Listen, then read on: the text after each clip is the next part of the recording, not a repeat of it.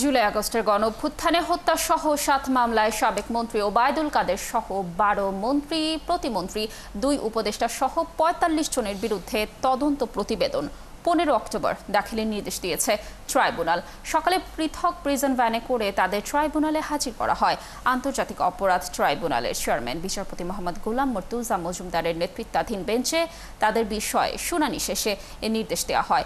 ৩৯ জনের আসামির তালিকায় রয়েছে সাবেক মন্ত্রী, এমপি ও পুলিশ কর্মকর্তা।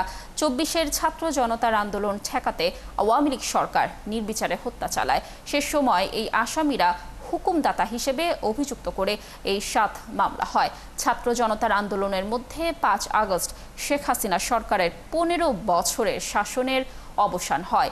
এদিকে সাবেক আইজিপি চৌধুরী আবদুল্লাহ আল মামুন, সেনা কর্মকর্তা জিয়াউল হাসান সহ ২৩ আইনশৃঙ্খলা বাহিনীর কর্মকর্তার বিরুদ্ধে তদন্ত প্রতিবেদন ৫ অক্টোবর দাখিলের নির্দেশ দিয়েছেন আন্তর্জাতিক অপরাধ ট্রাইব্যুনাল। দর্শক, প্রসিকিউশনের পক্ষ থেকে কথা বলছেন আইনজীবীরা। আমরা সরাসরি চলে যাচ্ছি সেখানে। আমাদের মিস কেস মানে এই যে বিবিধ মামলাগুলো আমরা তদন্ত কার্যের সহায়তা করার জন্য পরিচালনা করি, সেগুলো আমরা এরকমভাবে সময় নিয়ে যাব, তাতে মামলার তদন্ত কোনো বিঘ্ন সৃষ্টি হবে না। আর আরও একটি মামলা ছিল যেটা ২৩ জন সাবেক পুলিশ কর্মকর্তার বিরুদ্ধে, সেটিরও আজকে দিন ধার্য ছিল, তাদেরকেও ট্রাইব্যুনালে হাজির করা হয়েছিল।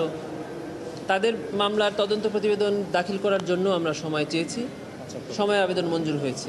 যেমন এর মধ্যে আশুলিয়ার মামলায় বিশেষ করে ৪ জন আসামির বিরুদ্ধে অলরেডি তদন্ত প্রতিবেদন আমাদের হাতে এসেছে এবং ফরমাল চার্জ দাখিলের মাধ্যমে মামলাও পরিচালিত হচ্ছে।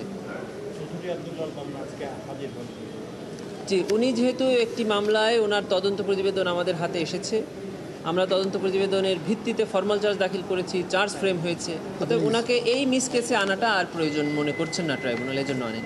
রাজসাক্ষী হিসেবে প্রোটেকশনের জন্য, মানে প্রার্থী নিরাপত্তার জন্য এটি মূলত হলো এই মিস কেসে ওনার আর প্রয়োজন নাই, কারণ এই মিস কেস থেকে মূল মামলা শুরু হয়ে গেছে ওনার।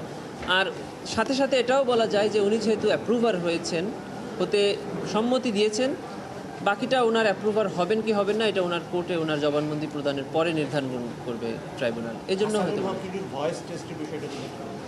এটা শুধু হাসানুল হক ইনু না, এর আগেও ট্রাইব্যুনালে এটা অনেকবার হয়েছে। তদন্ত সংস্থা তদন্তকালে যে কারো ভয়েস টেস্ট করতে পারেন, কারণ ওনারা ভয়েস যেটি ওনারা তদন্তে পেয়ে থাকেন সেটা জেনুইন কিনা এটা টেস্ট করার জন্য তো এখন যিনি কাস্টডিতে আছেন তার অ্যাকচুয়াল ভয়েসটা লাগবে। সেটা ট্রাইব্যুনালের অনুমতি সাপেক্ষেই তদন্তকারী কর্মকর্তা ওনার ভয়েস টেস্টটা জেলখানায় করেছেন। জি, একরাম হত্যা মামলার ডেটটা হলো 23/9/2025 তদন্ত প্রতিবেদন দাখিলের জন্য। আর ওনাকে আজকে কারাগারে পাঠানোর নির্দেশ জি এই মামলায়। হ্যাঁ, আব্দুর রহমান বদি সাহেবকে আজকে এই মামলায় গ্রেফতার দেখিয়ে কারাগারে প্রেরণ করা হয়েছে।